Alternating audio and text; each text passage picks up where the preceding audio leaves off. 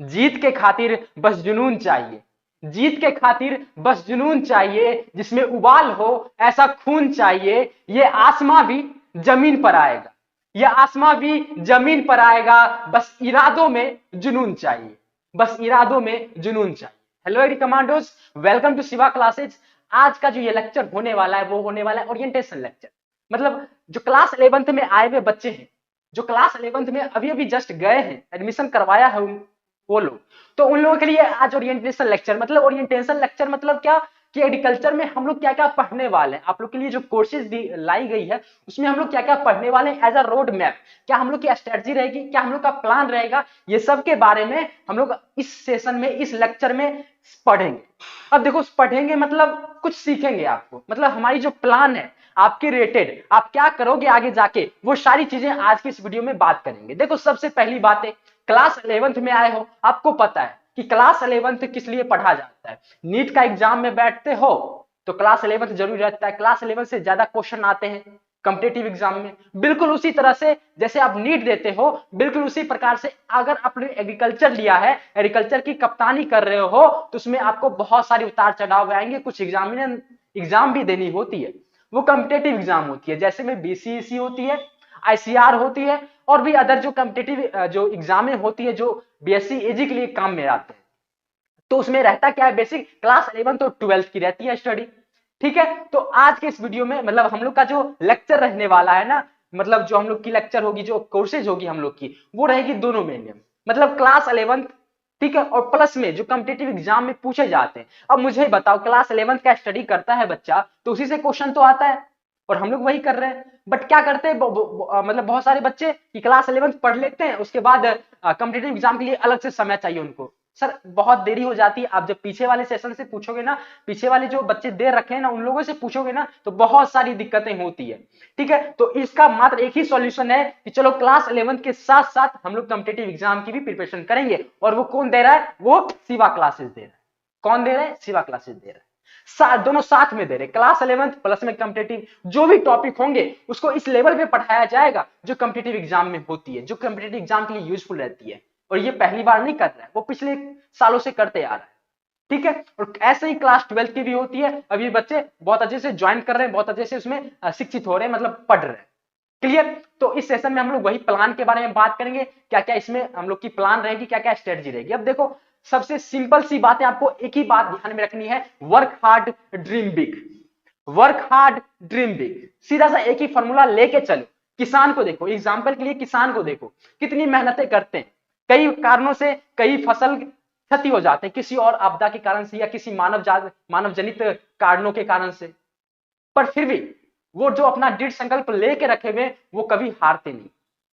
वो चाहते हैं कि हमारी जितनी फसल हुई है उससे कहीं और ज्यादा हो, और उसमें भूख भी रहती है। किस प्रकार की भूख, तो वो उपज की भूख, एक किसान में उपज की भूख होती है। अगर हाँ, इस खेती में, एक ही हेक्टेयर की खेती में इतनी टन हम लोग की फसल हुई है, देखो सर, एग्रीकल्चर में आए हो तो एग्रीकल्चर की ही बातें करेंगे, एग्रीकल्चर का ही एग्जाम्पल देंगे। आप लोग नए हो ना, कोई दिक्कत नहीं है, कोई दिक्कत नहीं है, पूरे बेसिक से पढ़ाएंगे। एग्रीकल्चर का उदाहरण भी इसी प्रकार से देंगे ताकि एग्रीकल्चर से रिलेटेड हो, समझने में बहुत आसानी हो। और बहुत सारे बच्चे तो हमारे एग्रीकल्चर के भाई बहन है ना, एग्रीकल्चर के हैं, तो बैकग्राउंड एग्रीकल्चर है, तो वाजिब सी बात है, समझ में आएगी सारी चीजें, है ना। और मैं कोई फालतू बात तो बता नहीं रहा, है ना, एग्रीकल्चर से जुड़ के आपके जुड़े हुए बातें बता रहा हूं। तो ये मैंने कहा था कि वर्क हार्ड ड्रीम बिग, मतलब एग्जाम्पल दे रहा था किसान का। किसान का देखो, उपज, भूख रहती है उपज उगने की। अगर 1 हेक्टेयर में इतनी भूमि की खेती हो गई है, इतनी उपज हो गई है, तो वो और चाहता है कि इसमें कौन सा रसायन दे या कौन सा और चीज करें जो इससे फसल और भी बढ़े। और यही भूख मैं आप में पैदा करूंगा, बिल्कुल करूंगा। कैसी भूख, पढ़ने की भूख। क्लियर, इतना पढ़ाया, इतनी कॉम्पिटिटिव लेवल तक गया, इतना लेवल तक मैंने पढ़ाया, तो इससे और भी ज्यादा लेवल तक आपकी अंदर से भूख आएगी, सर मुझे ये बताओ, जिज्ञासा आपके अंदर ला दूंगा। समझे बात, हाँ, तो वही मैं बताया, वर्क हार्ड ड्रीम बिग। जितना आप हार्ड करोगे वर्क, उतनी ही अपनी जो सपना होगी, जो आपके सपना है वो क्लियर होंगे। सपना के क्या रहता है, बहुत अच्छे से ऑफिसर बनना, ठीक है। उससे पहले क्या सपना रहता है, अच्छे एग्रीकल्चर कॉलेज में जाना और वहां से बीएससी एग्रीकल्चर करना, बीएससी एग्रीकल्चर ऑनर्स करना, अच्छे कॉलेज में जाना। क्लियर, अब देखो उसके लिए क्या करना होगा, पढ़ना होगा। ठीक है, तो आपको यहाँ पे पढ़ना होगा। यहाँ पे देखो, अब पूछोगे बहुत सारे क्वेश्चन कि सर हमने ये सब तो बातें आपने ठीक कहा, ये सारी चीजें ठीक है, बट एग्रीकल्चर सिवा क्लासेस से ही क्यों? वाजिब सी बात है ना, क्यों? देखो कुछ पॉइंट आपको मैं बता रहा हूं। यहाँ जो सिवा क्लासेस का जो इंस्टीट्यूट है या जो क्लासेज आपको हो, वो देखो, एक तो हम लोग एज अ स्टूडेंट जो हमने पढ़ रखी है, जो हमारी समस्या आ रखी है, जो हमारे फैकल्टी होंगे आगे, आप उनसे रूबरू होते रहेंगे, ठीक है, और क्लासेज में भी होंगे, बहुत सारे फैकल्टीज आपसे नए नए जुड़ने वाले हैं, तो उनसे भी आप रूबरू होगे। क्लियर? अब देखो, जैसे हम लोग अपनी जो एज रहती है उनसे रूबरू हुए हुए, जो अभी आप कर रहे हो, ठीक है, जो अभी आप पढ़ रहे हो, उससे हम लोग निकले हुए हैं। तो मुझे पता है, हम लोग को पता है, जितने भी फैकल्टी है उनको पता है कि आप किस प्रकार की समस्याओं में से जूझ सकते हो, आपके सामने कौन सी समस्याएं आने वाली है, तो उसका रिसॉल्व आपको किया जाएगा, उसका अच्छे से हल किया जाएगा आप लोग के सामने। एक ये बेनिफिट मिलेगी। और साथ में हम लोग के लिए बस यही नहीं कि चलो मैं स्टडी कर रहा हूं, आपके सामने बहुत सारे ऐसे आपके सामने ऐसे ऑफिसर को लाऊंगा जो एग्रीकल्चर से सब चीज किए हुए, वो आपके सामने आके अपनी जो एक्सपीरियंसेस हैं वो आपको बताएंगे।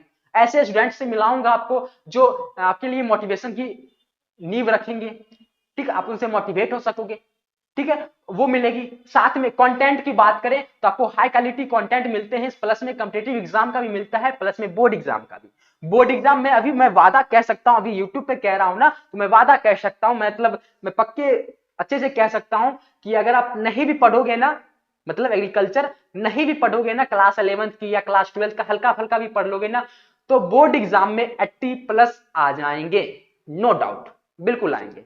बट देखो सर, पढ़ क्यों रहे हो?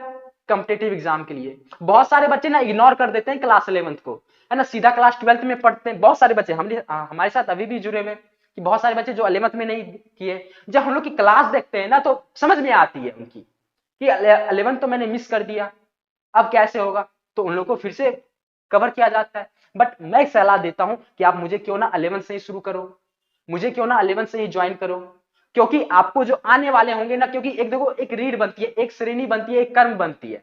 अगर आप इससे लिंक होगे तो आप इससे लिंक होते चले जाओगे, अगर आपने ये टॉपिक पढ़ लिया तो वो टॉपिक पढ़ते हुए चले जाओगे।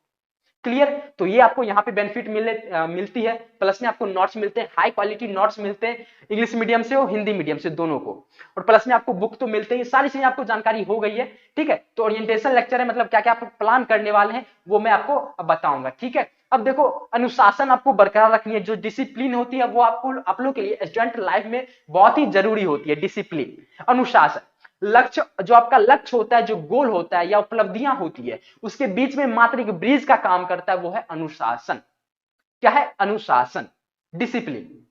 ये आप लोग के लिए एक मतलब बोले ना, पुल का निर्माण करता है, एक ब्रिज का निर्माण करता है, ठीक है।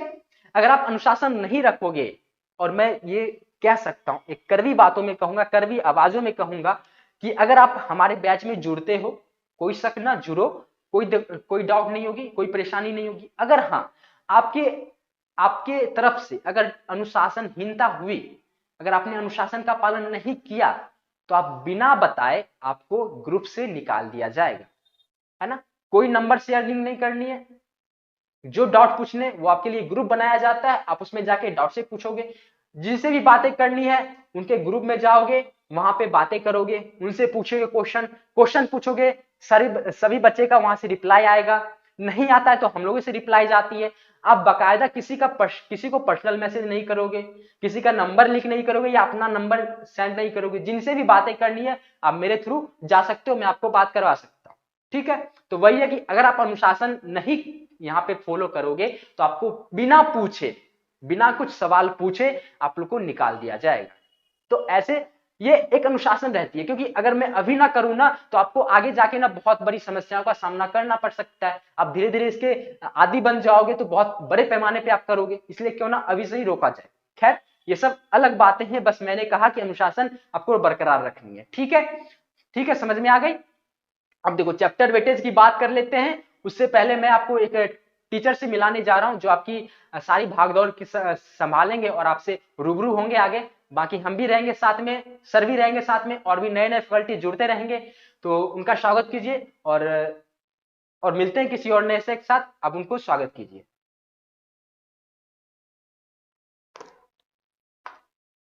Sorry, for disturbing you between lecture, but this is important for you, or study material, book, our course, and many more. Download our app, Shiva Classes, Bihar Agriculture from Play Store. And also join our Telegram channel, link in the description. And also like this video, and subscribe. Thank you.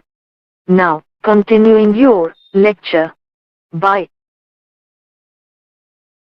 तो चलिए हम लोग chapter weightage की बात करते हैं। Chapter weightage में हम बात करते हैं क्लास 11 की जो है वो चैप्टर जो हमारी है, क्लास 11 की जो बुक है वो 2 यूनिट में बटी हुई है, unit first and unit second.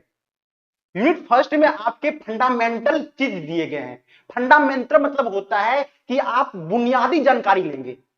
आप क्या करेंगे? एग्रीकल्चर की बुनियादी जानकारी लेंगे। एग्रीकल्चर होती क्या है, हम लोग एग्रीकल्चर पढ़ते क्यों है, एग्रीकल्चर की ब्रांच क्या होती है, मौसम किस प्रकार से बदलती है, मौसम परिवर्तन के क्या कारण है, कौन कौन से कारण है, अगर तापमान ज्यादा होती है तो फसल को किस प्रकार से हम बोएंगे, कौन से तापमान में कितनी फसल को हम कौन सी फसल को बोते हैं, किस टाइम में किस फसल को बोएंगे, ये सभी पढ़ेंगे।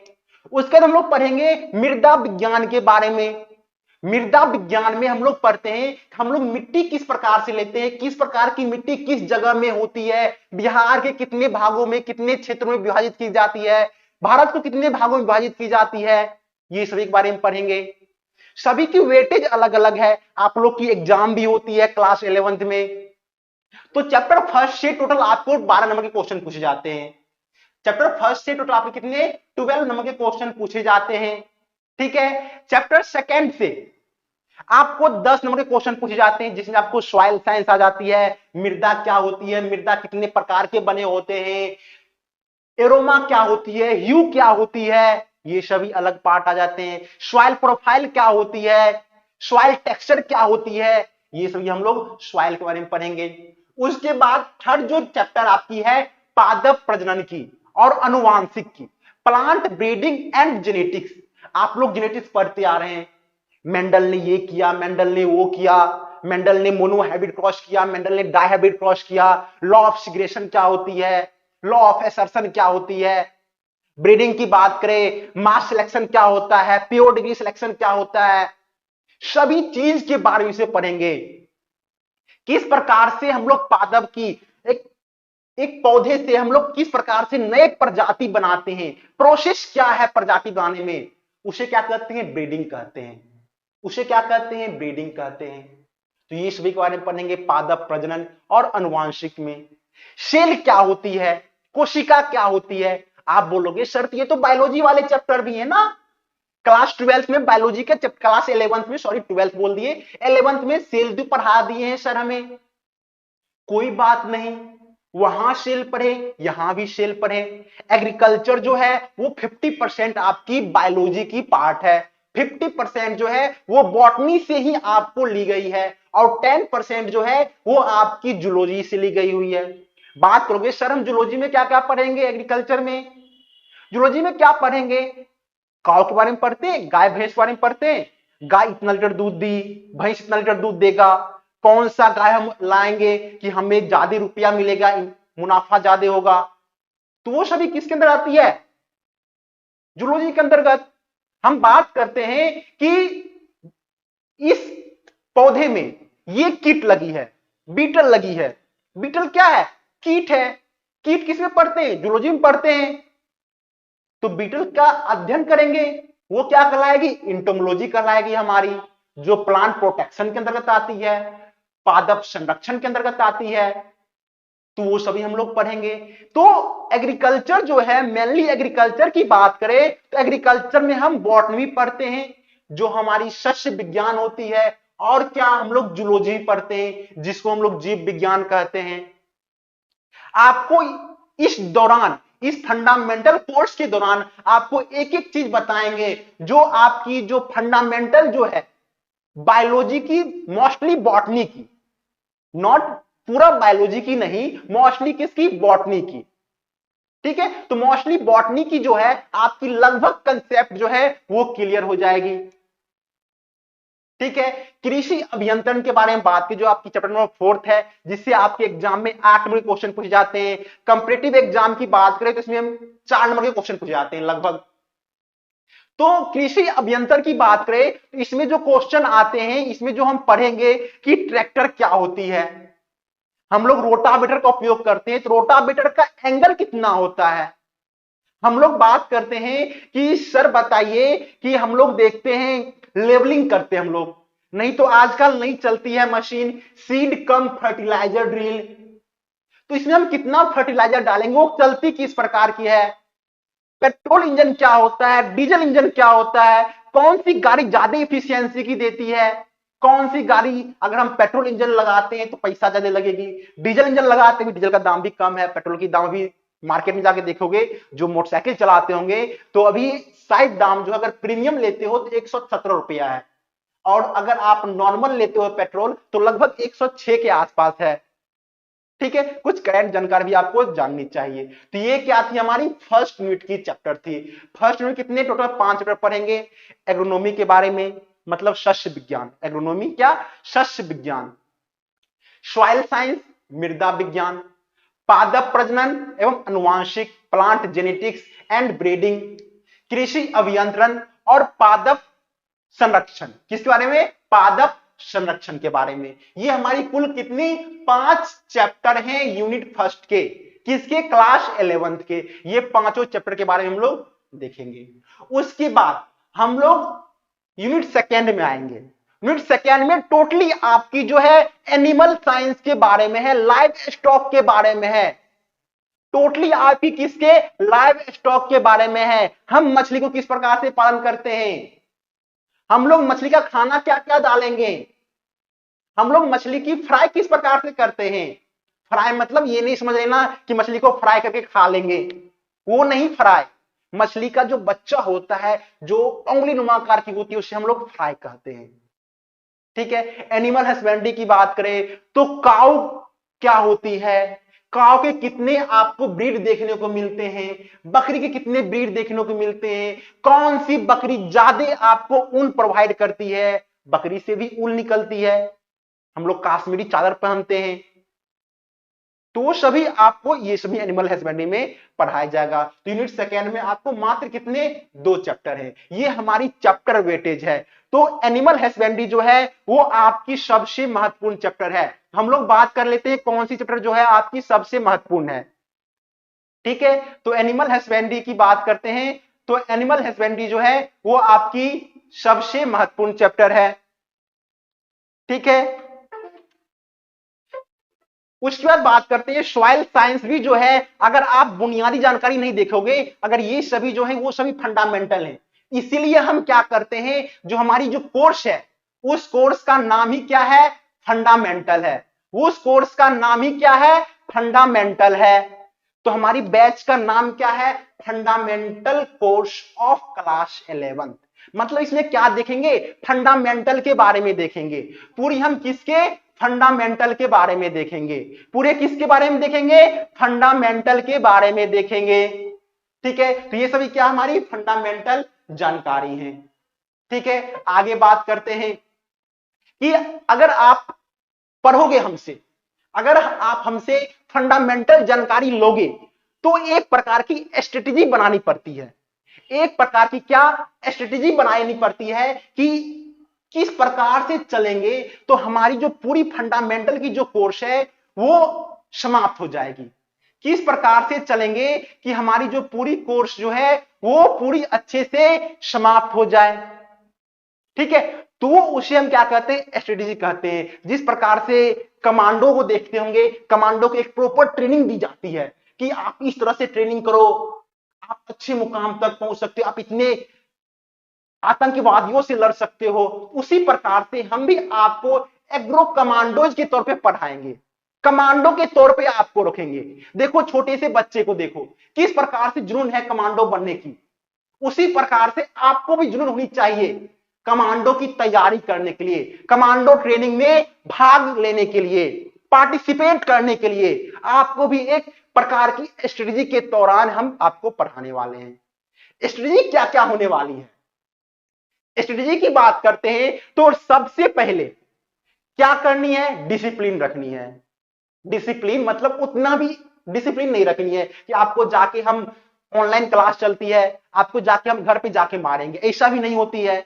आपको यहां से क्या मोटिवेट ही सिर्फ कर सकते हैं, ये तो नहीं कि आपके घर पे जाके आपको बोलेंगे पढ़ो पढ़ो पढ़ो, ऐसा काम भी हम नहीं कर सकते आपके द्वारा, आपके साथ हम ऐसा भी नहीं कर सकते। कमांडो ट्रेन में क्या होती है, कोई कमांडो बनती है वो क्या करते हैं, वो क्या करते हैं कि उसको खूब मारपीट लगती है, उसको खूब मारपीट लगती है तब वो एक प्रॉपर कमांडो के तौर पे आते हैं। आपको कुछ मारपीट नहीं लगेगी इसमें, ठीक है, आपको सिर्फ मोटिवेशन दिया जाएगा कि आप इस प्रकार से करो, आप इस तरह से कर सकते हो, ठीक है, आपको सिर्फ क्या मोटिवेशन यहां दिया जाएगा।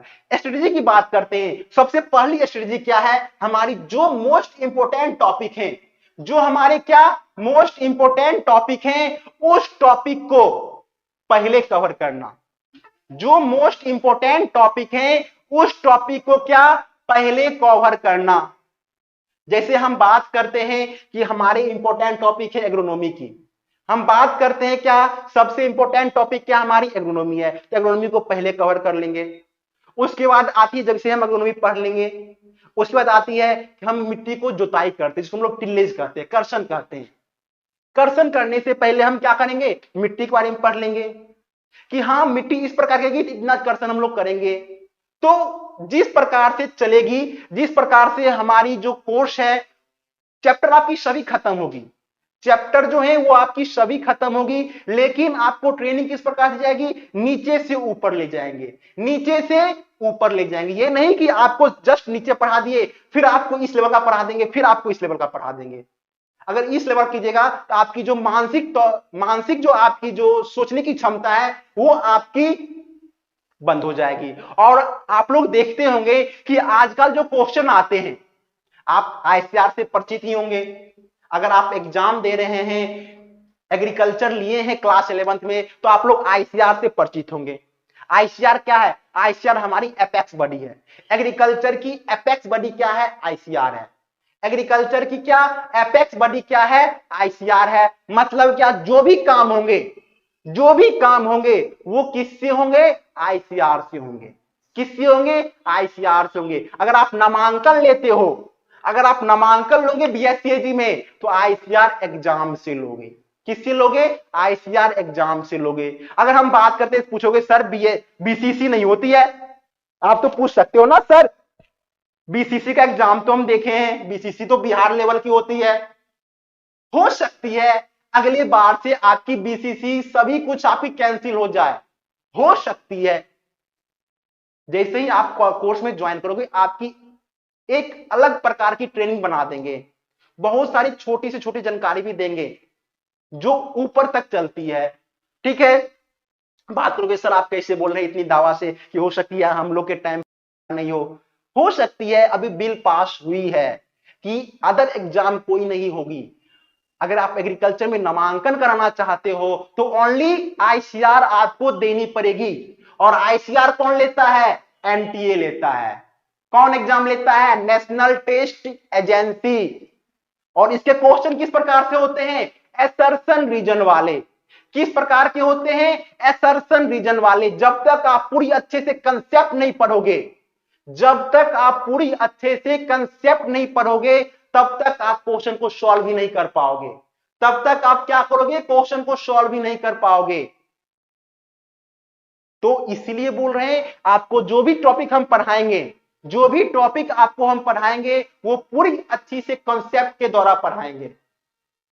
आप बोलोगे सर हम तो यूट्यूब पे वीडियो देखे, आप तो कॉन्सेप्ट एक भी नहीं बताते हैं।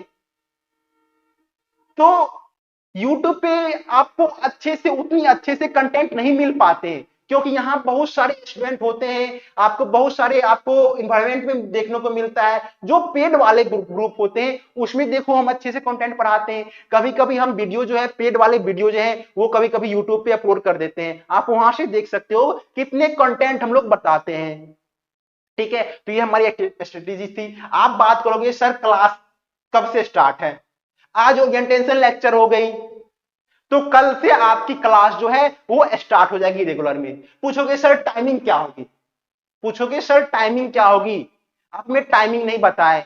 आप ऐप को डाउनलोड करो, आप ऐप को डाउनलोड करो, रजिस्टर करो, पूरी प्रोसेस जो है आपको वीडियो जो है किस प्रकार से रजिस्टर करनी है, कहां से ऐप को डाउनलोड करनी है, सभी वीडियो जो है आपको बना के दे दिया गया है यूट्यूब पे, आप वहां से देख सकते हो, नहीं तो नीचे डिस्क्रिप्शन में आपको लिंक मिल जाएगी, आप वहां से देख सकते हो।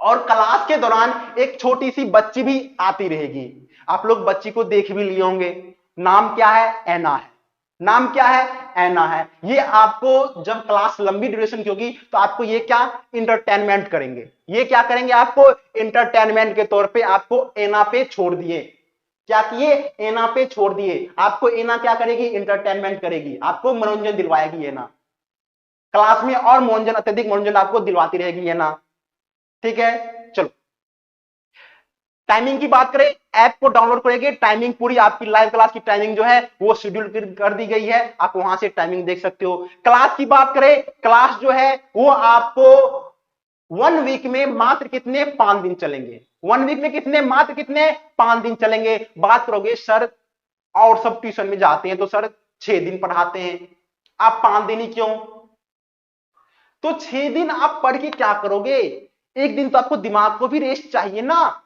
एक दिन क्या करोगे, आप दिमाग को भी रेस्ट चाहिए, अगर बार बार आप काम को करते रहोगे तो आपकी दिमाग भी जो है वो कहेगा नहीं अब हम नहीं पढ़ पाएंगे, अब नहीं पढ़ पाएंगे, तो आपकी जो एक दिन जो है वो किसके लिए है, रेस्ट के लिए, एक दिन क्या है आपके लिए, रेस्ट के लिए है, और एक दिन जो आपकी बच गई उस दिन आपको क्या करनी है, रिवीजन करनी है, उस दिन क्या करनी है, रिवीजन करनी है आपको।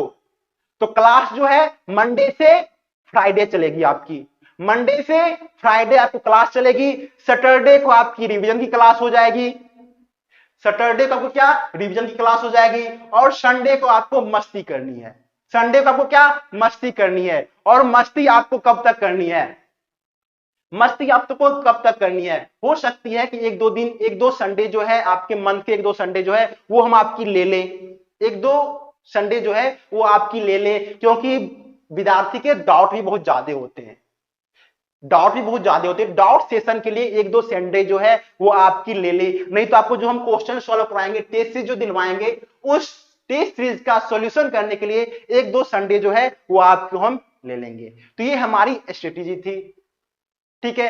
तो हम लोग जो अवेलेबल हैं गूगल प्ले स्टोर पे अवेलेबल है, नहीं तो आप हमें टेलीग्राम से कांटेक्ट कर सकते हो, नहीं तो आप हमें इंस्टाग्राम से कांटेक्ट कर सकते हो, फेसबुक से कांटेक्ट कर सकते हो, ईमेल कर सकते हो shivaclasses05@gmail.com, व्हाट्सएप कर सकते हो, ये सभी हमारी सोशल लिंक हैं, इस सोशल लिंक से आप हमें कांटेक्ट कर सकते हो। गूगल प्ले स्टोर पे जानी है, Shiva classes Bihar agriculture search करनी है, वहां से आप डाउनलोड कर सकते हो ऐप को। टेलीग्राम को जानी है, शिवा क्लासेज सर्च करनी है, SHIVACLAASES, ठीक है, वहां से आप हमें ज्वाइन कर सकते हो।